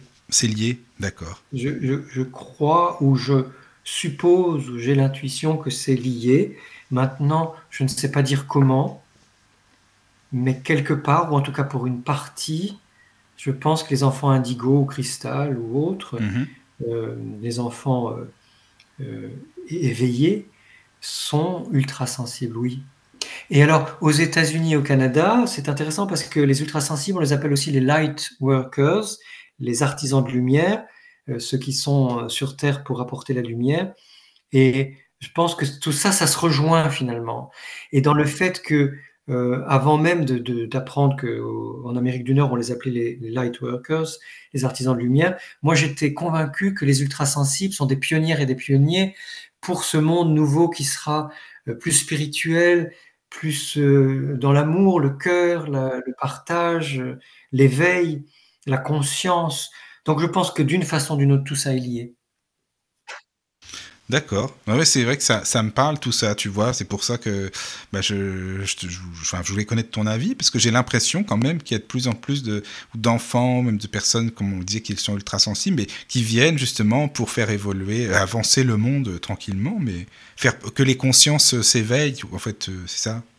Oui. Oui, alors justement, profitons-en pour dire que finalement, le chiffre n'a pas d'importance. Oui, c'est sûr. Voilà, ce qui compte, c'est qu'il y a des personnes très sensibles et des personnes qui soient là pour nous éveiller et apporter la lumière et que tout ça est finalement très rassurant. C'est très bon signe. Oui, c'est sûr. Oui, oui, oui. Alors, je sais pas si tu as des questions, Caro. Alors oui, Hélène dit, vous dites personne orchidée, j'ai entendu parler de personnes zèbres, arc-en-ciel. Est-ce que tous ces termes font référence à la haute sensibilité? Alors, zèbre, non, puisque zèbre, c'est un terme qui fait référence au haut potentiel intellectuel. Arc-en-ciel, probablement, même si je connais pas trop cette dénomination, mais elle me parle. En fait, qu'est-ce que je voulais dire? J'ai perdu le fil. Quel était le début de la question? Vous dites personne orchidée. Ah oui, orchidée, voilà. Oui. En fait, orchidée, non, ça vient de cette étude, de ces deux études qui ont distingué les personnes peu sensibles qui sont très résilientes et qu'ils ont appelé dans cette étude les pissenlits, parce que le pissenlit est une plante extrêmement résiliente qui peut pousser n'importe où. Les moyennement sensibles qui sont les plus nombreux et qui sont appelés les tulipes, parce que la tulipe se débrouille plutôt bien, mais elle a tout de même ses fragilités. Et l'orchidée, qui correspond aux personnes ultra sensibles ou hautement sensibles, qui est donc une partie de la population non résiliente, c'est-à-dire très fragile et qui a besoin, très délicate, qui a besoin de soins particuliers pour pouvoir fleurir, pour pouvoir prospérer. Alors, quand on dit non résiliente, ça ne veut pas dire que quand on a vécu un traumatisme, on ne peut pas se relever de ce traumatisme. Mais c'est dans l'idée de ce pissenlit qui supporte tout, quoi qu'il arrive, et qui va réussir à prospérer, à fleurir. Eh bien, on sait que les orchidées, elles, sont des plantes fragiles et qui ne peuvent fleurir que dans certaines conditions, d'où l'importance de l'environnement pour les personnes ultra sensibles. C'est important de vraiment choisir son environnement, à la fois humain, les personnes qui nous entourent, le travail qu'on choisit, comment on le pratique, mais aussi ce qu'on mange, comment on dort, est-ce qu'on vit près de la nature ou pas. Tout ça est très important pour les personnes orchidées, les personnes ultra sensibles. D'accord. Merci, et puis Hélène, pour ta question, parce que c'est vrai que, d'ailleurs, c'est grâce à toi, hein, moi je connaissais pas du tout tout ces orchidées, par exemple, je connaissais pas du tout, donc voilà, tu vois. Merci pour vos questions. Voilà. Alors, une question de Jérémy. Donc, les ultrasensibles sont-ils prêts à accepter trop de choses de l'autre en couple, peur d'être rejeté? L'ultrasensible a-t-il peur de la solitude, même s'il en a besoin? Oui, voilà, ça c'est un paradoxe intéressant qui en plus peut être un paradoxe créatif. C'est j'ai besoin, moi en tant qu'ultrasensible, bon là je parle pour moi en tant que personne, mais généralement aussi, j'ai besoin en tant qu'ultrasensible de moments de solitude qui peuvent être parfois quelques minutes, mais aussi quelques heures, et pour des vacances ça peut être une semaine entière. J'ai besoin de moments de solitude et en même temps j'ai tellement besoin de compagnie, tellement ce désir de chaleur humaine, de partager des choses dans l'authenticité, dans la profondeur, dans la qualité de la relation. Ce qui fait que ça fait de nous des personnes, je pense, très riches, mais pas faciles à vivre en couple ou en relation en tout cas. C'est clair. Alors, il y a Élise qui demande quel conseil donneriez-vous à un couple dont l'un est hautement sensible et l'autre non? Eh bien, de prendre le temps de s'apprivoiser l'un l'autre. La personne hautement sensible va dire tout ce qui est important pour elle au compte-gouttes, parce que si on dit trop de choses à la fois, l'autre ne peut pas, d'une part, comprendre, mais il ne peut surtout pas intégrer, digérer et mettre en place le comportement, les attitudes nécessaires. Donc, au compte-gouttes, on va dire situation par situation, en prenant le temps. Voilà, je n'aime pas la violence dans les films. Beaucoup de personnes ultra sensibles disent ça. Donc, je ne regarderai pas de films violents avec toi. Je n'aime pas les dîners avec 50 personnes. Je préfère les rencontres amicales avec quelques personnes où on peut vraiment parler en profondeur.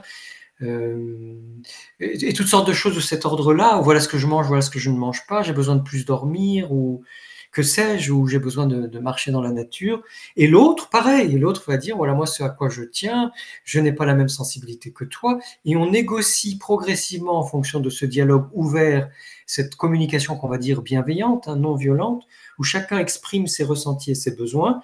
On crée ensemble, petit à petit, des choses qu'on va faire tous les deux et des choses qu'on va faire chacun de son côté, en trouvant un bon équilibre entre ce qui est fait de son côté ou ce qui est fait ensemble. C'est vraiment une co-création. Ouais, c'est un travail en commun, ça c'est bien, ça, c'est important. Oui. D'accord. Alors, il y a une question d'Hélène. Est-ce qu'il ne faudrait pas apprendre la sensibilité dans les écoles? Si tu veux, oui, merci dans les écoles Hélène, Montessori, oui. Ça serait bien déjà. Oui. Ça. Voilà. Merci, c'est tellement vrai. Oui, vrai, apprenons la sensibilité dans les écoles dès la crèche et l'école maternelle pour que les enfants soient à l'aise avec leur sensibilité, quel que soit le degré de sensibilité, qu'il soit une sensibilité élevée ou pas.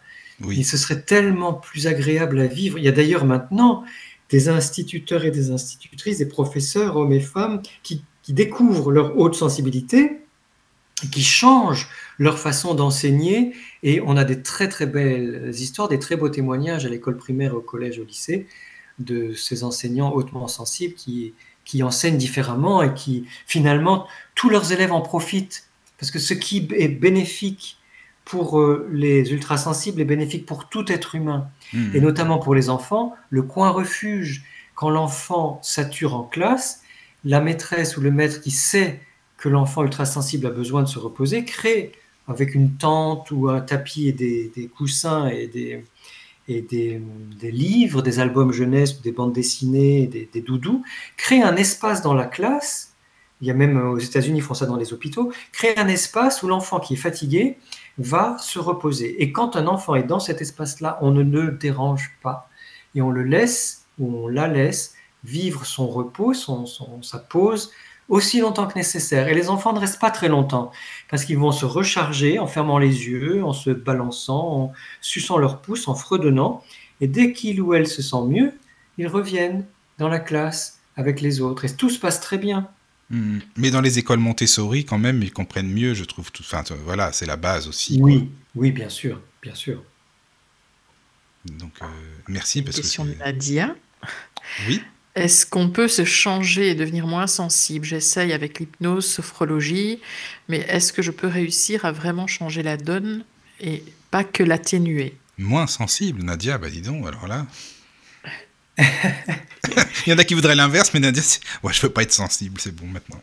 Oui. En fait, non, parce que comme c'est un tempérament de fond, c'est notre nature. Et ben voilà, d'accord. De la même façon qu'on ne peut pas changer sa taille, la couleur de ses yeux, bon, on peut mettre des lentilles de couleur, mais de cette même façon, on ne peut pas changer son niveau de sensibilité. Et comme je l'ai dit, souvent, pas pour tout le monde, mais souvent, la sensibilité augmente en vieillissant. En revanche, on peut atténuer certains effets de cette haute sensibilité, certains effets perturbants. Et effectivement, là, c'est une très bonne idée d'avoir recours à l'hypnose, à la sophrologie, à ce genre de thérapie. Oui, c'est très bien. Donc, on peut atténuer l'impact de certaines choses qui viennent de l'extérieur. On peut on peut diminuer la durée de cet impact aussi, hein, la force de cet impact, la durée de cet impact. On peut aménager ses réponses par rapport à son environnement, répondre mieux parce que plus je répondrai précisément à ce qui m'est demandé, soit oui, soit non, soit peut-être, mais de cette façon-là, mieux je vivrai ma sensibilité élevée avec les autres. Donc on peut améliorer toutes sortes de choses, mais on ne va pas changer notre sensibilité de fond, ça non. Alors, il y a Steph qui dit: «Le groupe classe, le système éducatif, le rythme journalier au collège, par exemple, ne sont pas toujours propices à la prise en compte de l'hypersensibilité à l'école». Non, c'est sûr, hein. C'est sûr que les personnes ultra sensibles ou hautement sensibles, les enfants très sensibles, sont mieux en petits groupes, ça c'est vrai, c'est vrai. Et il y a des professeurs qui arrivent à créer des petits groupes, même dans une classe entière, on peut faire travailler, les enfants ultra sensibles ensemble sur différentes, d'une façon différente, dans un coin plus calme. On peut aménager certaines choses, mais c'est sûr que ce sont des enfants. Là encore, les écoles Montessori ou Steiner ou les écoles alternatives favorisent, ou alors dans les villages, dans certains villages où il y a peu d'enfants, ce type de configuration est plus favorable aux enfants ultra sensibles. Mais malheureusement, c'est souvent aussi lié au harcèlement scolaire. Alors oui, malheureusement, hein.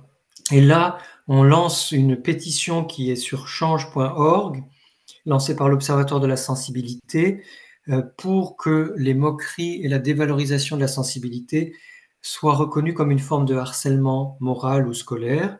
Donc, si vous pouvez aller signer cette pétition, voilà, sur le site de l'Observatoire de la sensibilité, lasensibilité sans accent.com, sur le compte Instagram de l'Observatoire, sur mon compte, je l'avais mise, je l'ai enlevé la pétition, mais je vais la remettre bientôt. Et donc sur change.org, qui est le site des pétitions, on peut trouver cette pétition. C'est très important pour nous de faire reconnaître la moquerie et la dévalorisation de la sensibilité, parce qu'effectivement, nous nous sommes rendus compte que beaucoup de harcèlement scolaire, mais aussi beaucoup de suicides de jeunes, sont liés à leur grande sensibilité. Donc si on veut protéger ces jeunes, enfants et adolescents, et même au travail pour les adultes, si on veut protéger les personnes hautement sensibles, c'est important que l'État, enfin que la loi, c'est important, oui, de la signer. Merci, la hein, question de d'ailleurs, la comme ça on le sait, sensibilité, voilà, c'est très bien. toute forme de Allez-y, sensibilité les amis, confondue d'ailleurs, c'est bien de signer. Voilà. intègre Mais écoute, le respect de la franchement, sensibilité. Saverio, merci beaucoup pour que nous puissions tout ce que tu nous as protéger appris. Vraiment, ces jeunes. c'est une belle émission. On rappelle ton livre, Saverio Tomasella, donc Attention, cœur fragile. Bon, il y a bien sûr d'autres livres que tu as écrits, comme on le disait tout à l'heure, mais joie. là c'est le dernier d'ailleurs qui va ressortir en poche, là, c'est ça de m'avoir invité et de m'avoir posé toutes ces belles questions. Avec plaisir. Voilà, donc n'hésitez pas les amis. Et puis si tu veux donner, par exemple, si tu as un site ou une page Instagram ou quoi, n'hésite pas pour les auditeurs qui voudraient aller voir. Alors, le site, je vous recommande sur cette question surtout le site de l'Observatoire de la sensibilité, qui est donc lasensibilité sans accent.com. Mon site à moi, c'est tout simple, c'est saveriotomasella.com. Et il y a aussi des informations en français et un peu en anglais sur la sensibilité élevée et sur d'autres choses. Voilà. Et merci à chacune et chacun de vous pour votre écoute, pour vos questions. Et si vous pouvez donner les informations que nous avons partagées ce soir, les répandre le plus largement possible, parce qu'en fait, ça aide les personnes qui se reconnaissent dans cette sensibilité-là, ça les aide à vivre et à être fiers d'elles-mêmes. Eh bien, bonne nuit à tous, les amis. Dormez bien. Et puis, nous, on se dit à très bientôt. Bonne nuit. La radio du Lotus, c'est un espace unique où auditeurs et invités se retrouvent pour partager des moments de spiritualité, de bien-être et de réflexion. Mais saviez-vous que cette aventure repose entièrement sur le bénévolat ? Pour continuer à vous offrir ces émissions, à accueillir des invités qui viennent parler de leurs livres, de leur formation ou de leurs expériences, nous avons besoin de vous, auditeurs comme invités. Chaque don, même le plus petit, est une manière de soutenir ce travail et de contribuer à maintenir cette plateforme vivante. Diffusion, serveur, hébergement, podcast. Tout cela représente des frais que nous ne pouvons couvrir seuls. Si nos émissions vous touchent, si elles vous inspirent, rendez-vous sur notre site officiel www.laradiodulotus.fr ou sur notre page Facebook La Radio du Lotus pour faire un don. Un immense merci pour votre générosité et pour faire de la Radio du Lotus une aventure commune portée par chacun de vous.